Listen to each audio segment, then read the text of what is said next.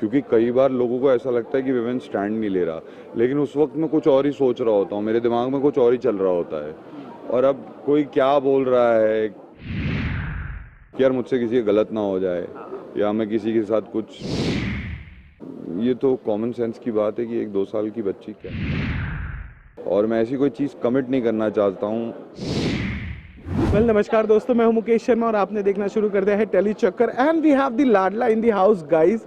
कैसा लग रहा है ये टैग लाडला? देखिए, लाडला तो मैं हमेशा से था, अब जनता का भी लाडला हूँ। क्या वो जो टॉप 2 तक आप पहुंचे, ट्रॉफी तक पहुंच के आप नहीं जीत पाए, और करण के जीतने पर क्या राय है विवेन डिसेना का?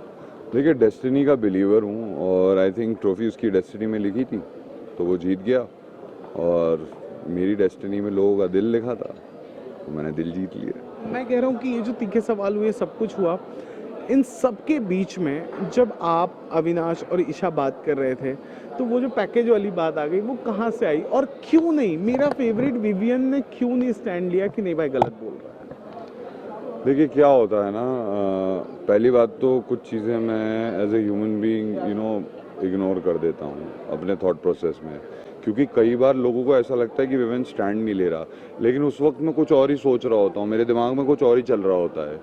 और अब कोई क्या बोल रहा है, किसका क्या रिएक्शन है, so I think to each his own. और मैं पॉजिटिव चीज़ों को देखता हूँ। सो मैंने हमेशा से कहा है कि मे द बेस्ट वन विन, और जिसके नसीब में ट्रॉफी लिखी होगी, जिसके मुकद्दर में होगी, उसे मिल जाएगी। तो उसके नसीब में लिखी थी, मैंने कहा ना, मेरे नसीब में लोगों का दिल लिखा था, मुझे दिल मिल गया यार। विवेन, इतने सालों तक आपने शो से इनकार किया, फिर इस साल आए क्यों, और आए तो क्या ले जा रहे हो अपने साथ? देखिए, मैं पहली बात तो अपने आप को एक बेहतर इंसान फील कर रहा हूँ, प्लस एक डर था मुझे कैप्टिव रियलिटी का हिस्सा ना बनने का, क्योंकि मुझे लगता था यार मैं अपनी फैमिली से दूर नहीं रह पाऊँगा, और शुरू में तो मुझे लगा था भाई अब तो बैंड बज गई है, मैं कहाँ आ गया हूँ।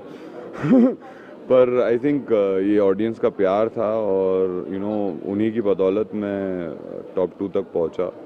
एंड आई थिंक मैंने कुछ खोया नहीं है बिग बॉस के घर में, जो कुछ भी मुझे मिला है सिर्फ पाया ही है, खोया तो कुछ नहीं है। एक वीडियो इंटरनेट पर बड़ा वायरल हो रहा है जो मैं पर्सनली आपसे पूछना चाहता था। आप किसी से बात कर रहे हो और बीच में चाहत आगे चिल्लाती है रजत पर, ये रखूं कहाँ मैं?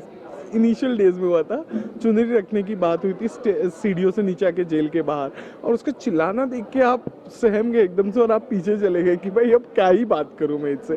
तो क्या आपको चाहत सच में अनॉय करती थी, इरिटेटिंग लगती थी, या आप ऐसे हो कि आपको ऊंची आवाज, तेज आवाज नहीं पसंद? देखो यार, क्या होता है ना, हर किसी का अपना नेचर होता है। अब मुझे ऐसा लगता है कि कई बार ऐसा लगता है कि यार यहाँ पे मैं ओवर रिएक्ट कर सकता हूँ, मुझे ये चीज़ पसंद नहीं आ रही है।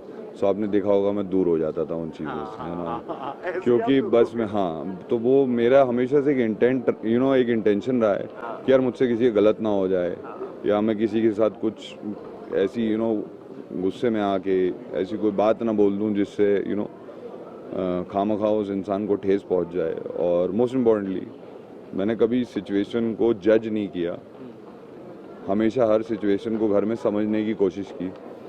एंड आई गेस आप सभी लोगों ने देखा होगा कि बाकी और किसी के लिए तो मैं बोल नहीं सकता हूँ, लेकिन अपने लिए मैं बोल सकता हूँ कि मैंने हमेशा घर वालों के बारे में सोचा है और सबके बारे में सोचा है। विवेन, बहुत लोगों ने बहुत कुछ कहा, लेकिन मुझे एक चीज़ वो बहुत ज़्यादा अच्छी लगी। जब रोस्टिंग राउंड था, करण ने फैमिली पर बोला, आपके बेबी पर बोला, तो आपने वहाँ उस चीज़ को बहुत तहजीब के साथ रखा कि भाई ये गलत था और ये गलत था। बहुत ज़्यादा एकदम से हट कर गया, या वो करण से आया इसलिए हट कर गया? देखिए, ये एक ऐसी बात है कि कोई भी बोलेगा तो हर्ट होगा, एंड आई थिंक ये तो कॉमन सेंस की बात है कि 1-2 साल की बच्ची क्या ही समझ लेगी। एंड इनफैक्ट मुझे बहुत गुस्सा भी आया था, पर आई गेस मैं एक चीज़ बिलीव करता हूँ कि किसी इंसान को माफ़ कर देना ये अपने आप में एक अच्छे इंसान की पहचान होती है। सो आई थिंक जैसा मैं इंसान हूँ, आप लोग मुझे सालों से जानते हो, मैं अपने दिल में कोई ग्रज नहीं रख सकता, है ना। तो उस चीज़ को दिल में रखो, लोड बढ़ाओ, इससे अच्छा आप माफ़ कर दो। और बुरा तो बहुत सारी चीज़ों का लगता है, of course you know it was not good in test, हो गया यार।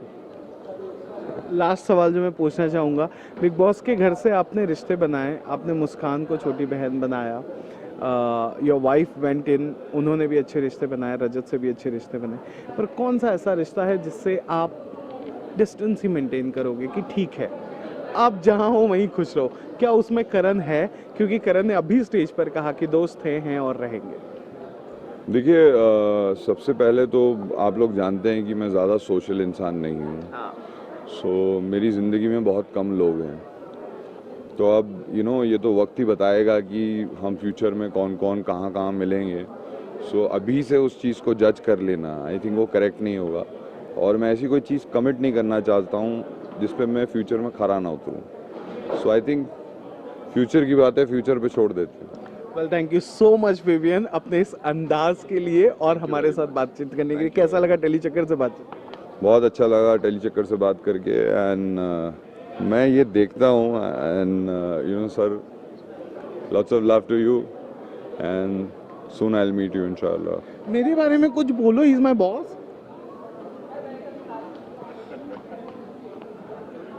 नहीं, अच्छा लड़का है, अच्छा लड़का है, और बहुत ही क्रिएटिव सवाल पूछता है, and he is doing a good job, he is doing a fab job, and lots of love sir. Thank you so much भाई, thank you, thank you, thank you, thank you done.